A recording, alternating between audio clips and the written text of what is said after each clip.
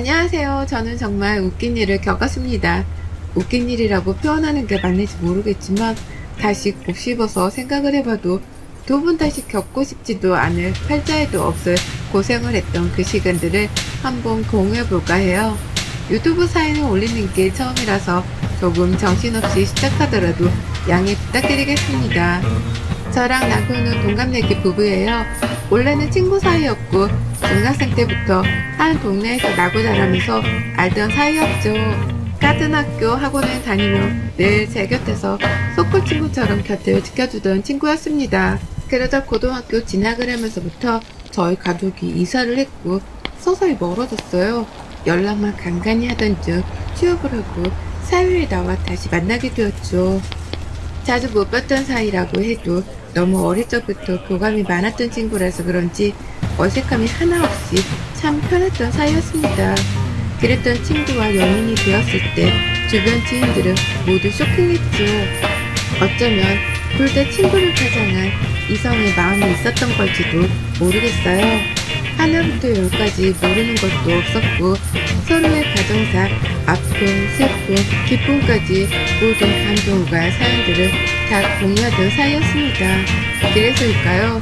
남편과의 연애는 그 어떤 연애와도 비교할 수 없을 정도로 안정적이고 편하고 설레이면서 행복했습니다. 특별한 걸 하지 않아도 색다른 기분을 느낄 수 있었고 기분이 너무 좋았어요. 저는 위에 오빠가 둘이나 있지만 반대로 남편은 외동아들의 홀아버지와 단둘이 살기에 늘 부쩍이는 저희 집을 부러워했습니다. 반대로 전 조용한 남편네 집을 부러워했죠. 오빠가 둘이면 든든하겠다 싶겠지만 전혀요. 현실 남매였던 저희 집은 오빠 둘도 서로 엄청 싸웠지만 저까지 포함해서 셋이 지지고 볶고 무진장 싸우며 살았습니다. 서로 나이차도 얼마 안 나기 때문에 거의 뭐 심심하면 싸웠던 것 같아요. 그래서 전 늘 다짐했던 게 추후에 결혼을 하면 딱 외동으로 낳거나 돌만 낳아서 잘 키우자 싶었습니다. 반대로 또 남편은 능력껏 정해두지 말고 잘 낳아서 키워보자는 주의였죠. 저희 부모님은 맞벌이로 늘 바쁘셔서 집에 안 계셨고 시부는 외동아들을 키우셨지만 과묵하지도 않으신 그저 따뜻한 아버지셨습니다. 엄마 못지않게 다정하셨고 음식도 어찌나 잘하시는지 어릴 적 저희 집이 아닌 남편네 집에 가서 밥을 얻어먹곤 했으니 말이죠. 그래서 저희가 연애를 한다고 했을 때 시부는 너무 반가워하셨고 축하를 해주셨습니다. 저희 부모님은 남편의 존재를 잘 모르셨지만 시부는 저를 기억하셨죠. 어려서부터 자주 만났으니 말이죠. 그렇게 연이 이어져 결혼까지 하게 되었습니다. 결혼 후 잘 살고 있었어요. 문제랄 것도 딱히 없었습니다. 그런데 홀로 계신 시부가 저도 마음이 쓰였는데 남편은 오죽했을까요? 그토록 따뜻하고 다정하신 아빠께서 홀로 계시는데 말이죠. 내내 마음이 쓰여 자주 찾아가고 놀러가곤 했었습니다. 그러던 중 시부가 고혈압에 당뇨 진단까지 받고 디스크까지 오면서 몸이 전체적으로 너무 힘든 상태가 되셨어요. 거동이 어렵거나 그 정도는 아니지만 홀로 계시기엔 저희가 걱정되더라고요. 또 워낙에 잘해주셨기에 아무래도 학과를 해서 함께 사는 게 좋겠다 싶어서 어려운 결정이지만 저희 집에 모시고 오게 되었습니다. 처음에 저희 집에 함께 살자고 제안을 했을 때 시부가 싫다고 하셨죠. 아버님, 저희가 생각을 해봤는데요. 저희 집이 작은 것도 아니고 아버님 혼자 계시기도 적적하고 건강도 그렇고 겸사겸사 이참에 저희 집에서 함께 사시는 게 좋을 것 같은데 어떠세요? 아유, 그게 뭔 소리냐. 다 늙은 시애비를 뭐하러 모시고 살아. 발자에도 없는 고생을 뭐하러 하려고 해. 마음만으로도 충분하니까 걱정 말아라. 내가 밥을 혼자 못해 먹는 것도 아니고 마누라 없이 산 세월이 훨씬 긴데 뭔 걱정이야. 니들만 잘 살면 그게 효도야. 아니에요. 아버님이 이렇게 따로 계시는 것 자체가 하루도 마음이 편치 않아서 그러니까 아버님 저희랑 같이 살아요. 그래 아빠 같이 살자. 아빠 말대로 시어른 모시고 사는 게 쉬운 건 아니지만 이 사람이 먼저 그러자고 한 거니까 이 사람 의견도 존중해줘야지. 네, 진짜 제가 먼저 그러자고 한 거예요. 아버님, 저희 이제 애기도 낳으면 봐주고 맛있는 것도 해주세요.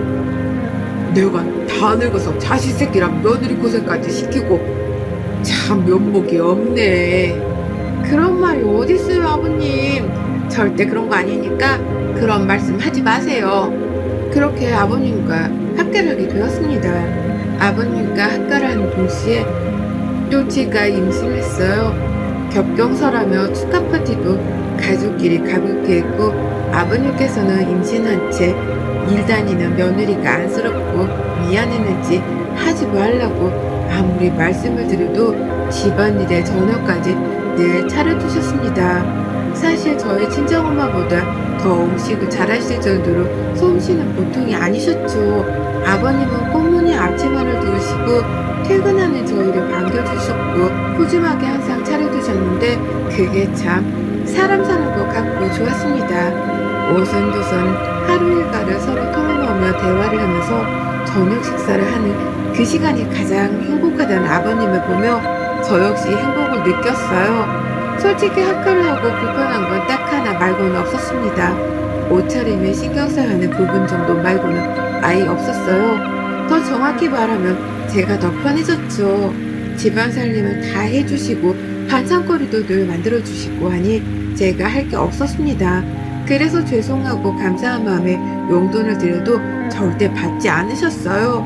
그러더니 어느 날은 곧 태어날 손주 앞으로 그 용돈 다 모아두라고 하시더라고요. 참 멋지신 분이고 대단하신 분이다 싶었습니다. 이렇게 좋으신 분이 왜 짝을 만나지도 않으시고 한평생 외롭게 사셨을까 하는 생각은 내내 들었죠. 시모가 불의의 사고로 남편이 초등학생 때쯤 갑자기 돌아가신 후 내내 시부는 홀로 남편을 키웠습니다. 어떤 여자도 만나지 않았다고 하세요. 시부를 지키지 못했다는 죄책감도 있으셨고 엄마 없이 크게 하는 남편에게도 너무 미안했다고 하셨죠. 그치만 그러기엔 너무 완벽할 정도의 시부였기에 제가 다 아쉬울 정도였어요. 시부가 건강 상태가 좋지 않으셨기에 시부 식단에 있어서는 제가 철저하게 관리를 해드렸습니다. 저희 먹는 거야 시부가 다 맛있게 해주셨지만 시부 식단만큼은 건강만큼은 제가 책임지고 관리를 했어요. 공부도 많이 했고 레시피도 많이 배우고 말이죠. 서로가 서로를 위해 늘 노력하는 모습이 참 따뜻했고 온기 넘치는 이상적인 집안이었습니다. 그래서 저희 친정 부모님도 시부를 참 좋아하셨고 많이 챙겨주셨어요. 거리낌 없이 친정 부모님과 시부 그리고 저희 부부 이렇게 함께 식사도 자주 했고 여행도 자주 다녔습니다. 평일에야 저희가 일하느라 바빠서 뭘 못하니 주말에는 가까운 곳이라도 꼭 시부를 모시고 나가서 카페라도 다녀오거라 식사라도 하고 오거라 그렇게 노력을 했어요. 아이가 태어나고 육아휴직을 한 뒤 곧바로 복직을 해야 하는 상황이라 솔직히 너무 마음이 불편했고 시터이모를 구할 생각이었으나 일부분도 시부는 본인이 하겠다며 엄한 돈 쓰지 말라고 하셨습니다. 그러나 이건 엄연히 다른 문제이기에 말씀을 드렸죠.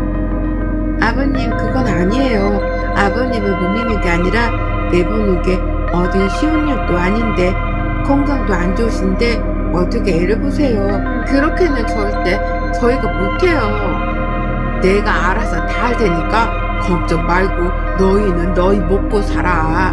얘 키우면 세상에 돈이 얼마나 드는데 한 푼이라도 아껴야지. 아버님이 봐주신다고 해도 돈 드릴 거예요. 그러니까 그냥 시터이모님 구하는 게 좋을 것 같아요. 나한테 돈 줘라. 그러면 그 돈 그대로 우리 미나한테 줄 거니까. 시부는 완강하셨습니다. 그런데 한가 육아휴직 내내 아이를 같이 봐주시는 시부의 모습을 보니 너무 능숙해서 깜짝 놀랐어요. 어쩌면 저보다 더 능숙하셨죠. 결국 시부에게 돈을 드리고 아이를 맡기기로 결정했습니다. 대신 힘들거나 하시면 꼭 말씀해 주시라고 신신당부를 했어요. 아버님은 거의 뭐 슈퍼맨 수준으로 아이를 보면서 집안일까지 하셨는데 대체 어떻게 이런 분이 다 계실까 싶을 정도였고 저희 친정엄마께서도 그러셨죠. 연준아, 니네 시아버지한테 정말 잘해. 그런 분이 요즘 세상에 어디 계시냐? 엄마가 이번에 한우 또 보냈으니까 맛있게 구워드리고 병원도 자주자주 같이 가드려. 건강은 늘 체크해야 해. 그치? 내가 완전 복 받은 거지 뭐. 그래, 시댁 로또 맞은 거지 너. 오죽하면 친정 엄마께서 로또 시댁이라고 부를 정도였습니다. 그러던 어느 날 시부 디스크가 너무 심해지셨고 도저히 이대로는 아이를 낳는 건 무리라고 판단했어요. 시부는 괜찮다고 고집 부리셨지만 저희 부부는 절대 안 된다고 생각했죠. 시터 이모님을 구하려 했으나 쉽지도 않았고 결국 제가 퇴사를 결정했습니다. 갑자기 전업주부가 되었고 육아만 하려 하다 보니 조금 갑갑하긴 했지만 아이를 온전히 볼 수 있다는 것에 행복하기도 했어요. 시부와 함께 아이를 보니 조금 더 수월했고 시부와 시간을 많이 보내니 더 좋아하셨습니다. 내내 집에서만 계시던 시부였는데 어느 날부터인가 친구를 만난다며 외출을 많이 하셨고 처음에는 적극적으로 코디까지 해드리며 놀다 오시라 했죠. 그런데 만취해서 오실 때도 있고 생전 그러신 적이 없는데 외박도 하시고 뭔가 많이 변하셨습니다. 촉 있다 왔던 게 친구가 아무래도 여자가 생겼구나 싶었어요. 그래서 실적 시부를 떠봤는데 절대 아니라며 강한 부정을 하셨죠. 강한 부정을 하시니 오히려 더 수상했습니다. 여자분이 생겼다는 걸 확신했고 쑥스러워 말씀을 못하실 수도 있다고 생각해서 그 뒤로는 캐묻거나 하지 않고 잘 다녀오시라고 말씀드리고 별말을 하지 않았어요. 어느 날은 주말에 친구분과 여행을 가기로 했다며 부랴부랴 나가셨는데 저희도 마침 장보러 나가려던 참이라 근처까지 태워다 드린다고 했더니 술사리를 치셨죠. 저희가 장보러 나가는 줄은 모르셨고 그냥 나간다고만 알고 있던 시부를 마트에서 우연히 딱 마주쳤네요. 옆에 팔짱 끼고 있는 여자분과 말이죠. 뒷모습을 보고 남편과 함께 한박 웃음을 지으며 대박을 외치며 말했어요. 대박! 아버님 맞죠? 거봐, 여자 생겼다고 했지 내가? 와, 진짜네? 아니 근데 좀 젊은 것 같은데? 그렇게 꾸미셔서 그렇겠지? 모르석 하고 있다가 말씀해주시면 축하해드리자. 그래. 그런데 뒤를 딱 돌아보는 시부와 그 옆에 팔짱 낀 여자를 보고 남편과 저는 사색이 되고야 말았죠. 옆에 있는 여자는 아무리 높게 봐도 정말 아무리 동안이라 해도 저랑 나이차가 얼마나 보이지 않았습니다. 연하 정도가 아니라 대체 이게 무슨 일인가 싶었죠. 남편과 저는 충격을 받아서 그대로 집으로 돌아왔고 한참을 멍하니 있다가 설마 했어요. 정말 동안인 거겠지. 이건 아니지. 우리 또래는 아니겠지. 라며 주저주절했죠. 저희 부부가 고민했던 건 이걸 시부께 먼저 털어놓을까, 모른 척하고 있을까 였는데 아무래도 그 여자에 대해서 빨리 알아보는 게 좋을 듯 싶어서 아는 척을 하기로 결정했고 여행길에서 돌아오신 시부께 말을 했습니다. 아빠, 어제 우리도 마트 갔었거든? 그래서 우연히 두 분 마주쳤는데 너무 어려 보이시던데? 그래? 언제 곧 니들에게 말하려고 했는데 진지하게 교제하는 사람 있고 그 사람이랑 정식으로 혼인하고 살려고 한다. 네?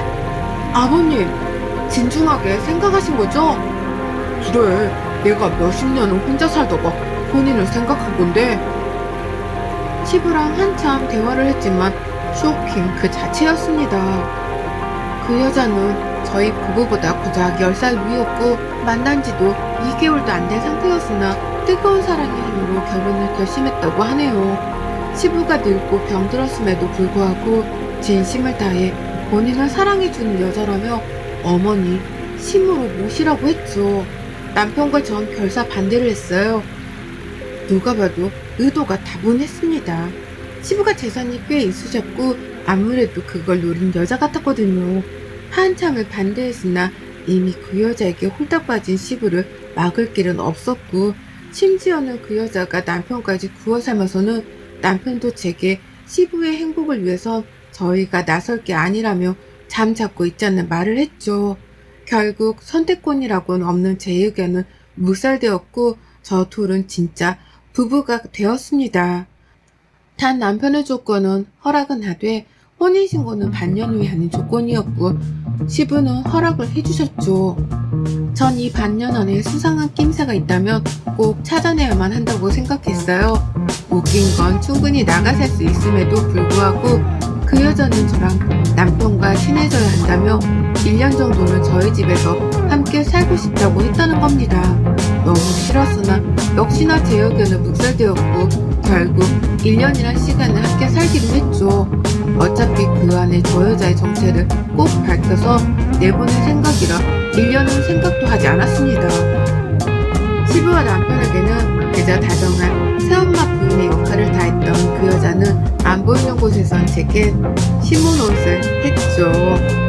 오늘 저녁은 제육볶음 좀 먹고 싶네. 네. 하겠다는 거야, 말겠다는 거야?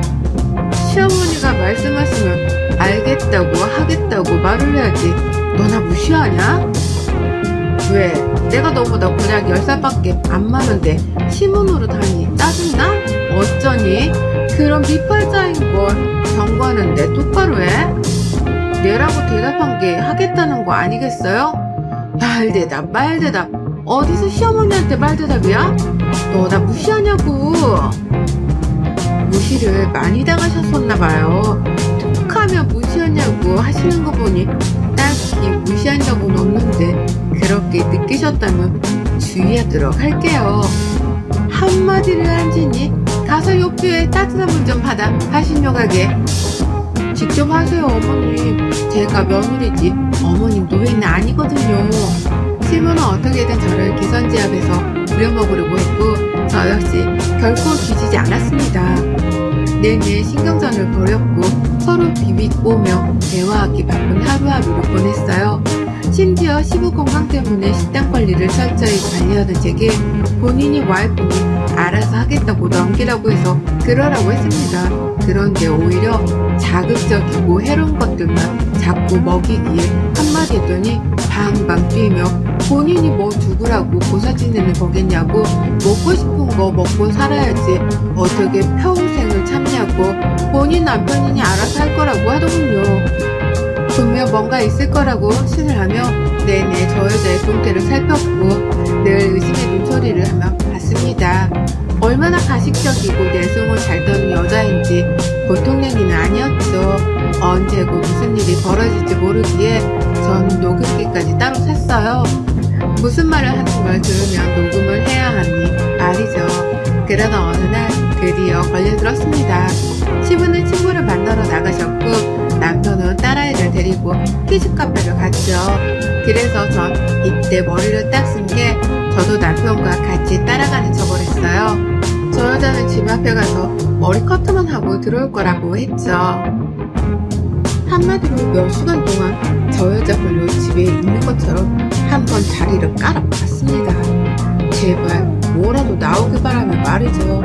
전 혹시 몰라 녹음기를 소파 쪽에 켜둔 채 뒀습니다. 평소에 저 여자가 그쪽에 자주 있으니 말이죠. 그때 집에 딱 들어온 저 여자는 누군가와 전화를 하며 들어왔고 갑자기 아무도 없지? 라고 큰 소리로 말하더니 스피커로 바꾸더군요. 이때 진짜 제발 뭐라도 나와라 하면서 얼마나 방 안에서 조용히 빌어낼지 모릅니다. 아니 집에 아무도 없냐? 다시 한번 확인 좀 했다. 야 연기하면서 사는 것도 답답해. 너 그거 알지? 노인네들 특유의 그 냄새. 나 그것 때문에 역겨워서 미치겠다니까. 입덧도 안 하는데 그 냄새 때문에 입덧하게 생겼어. 너도 대단하다 진짜. 근데 재산이 많은 건 확실한 거야? 빈 깡통이면 어쩌려고 그러냐? 너 나 몰라? 나 차수정이야. 다 철저하게 조사했고 심지어 뱃속의 애기가 누구야? 아들이잖아. 아들. 바로 부동산부터 야금야금 빼먹고 버려야지. 며느리년이 보통년이 아니어서 올해는 못 잊고 애 낳고 어느 정도 빼먹으면 버려야 될 것 같아. 아쉬운 게 어차피 건강도 별로라서 오래 못 살 것 같은데 딱 저 며느리년만 아니면 몇 년 딱 비비고 있으면 평생 돈 걱정은 없을 건데 그게 좀 아쉽긴 해.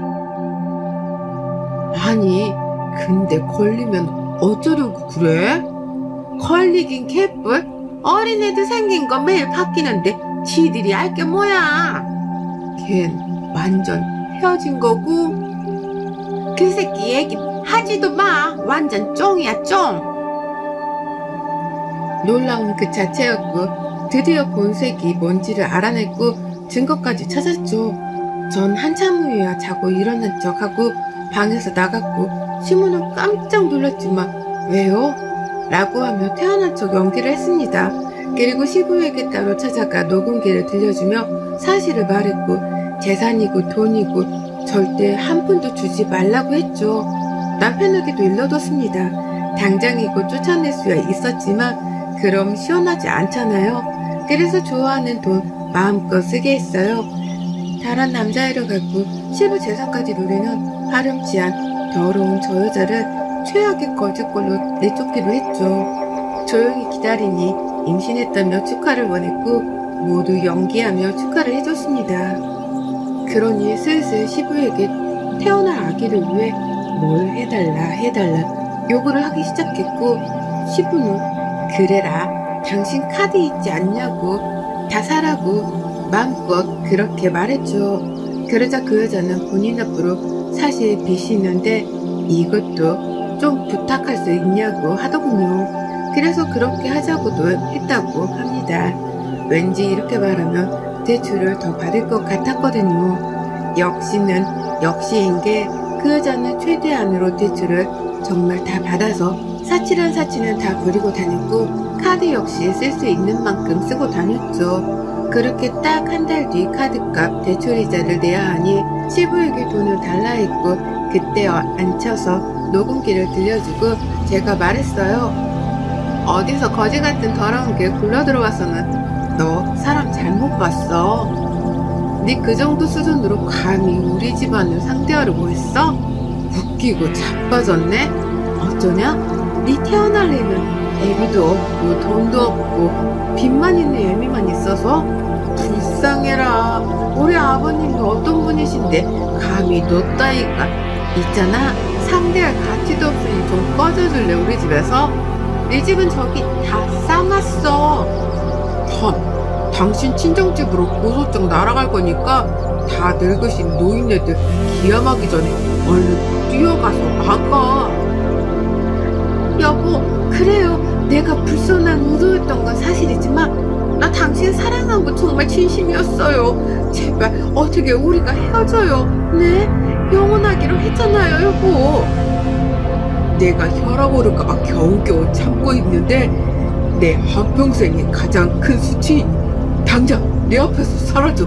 마음 같아선 뻔이라도 한 대 치고 싶은 거 겨우 참고 있으니. 그렇게 그 여자는 남편 손에 이끌려 쫓겨났습니다. 이후 시부는 저희에게 부끄럽고 너무 미안했다며 면목이 없다고 정말 힘겨워하셨어요. 그런 모습에 오히려 저희가 더 마음이 쓰렸죠. 이건 아버님 잘못이 아니고 충분히 그럴 수 있는 거니 너무 마음 쓰지 말자고. 살다 보면 다 그럴 수 있는 거 아니겠냐고 흙을 털자고 말씀드렸습니다.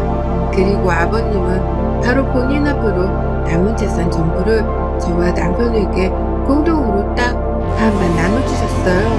본인이 쓸 생활비를 제외하고 말이죠. 시간이 지나고 현재는 다시 예전처럼 잘 살고 있어요. 가끔 그 여잔 지금이 어떻게 살고 있을까 문득 생각이 드는데 혹여나 어떤 남자에게 또 기생하지 않을까 피해가 있는 건 아닐까 싶은 우려가 들기도 하지만 법적으로 혼내줬으니 저희로선 최선을 다해 복수를 해줬다 생각합니다.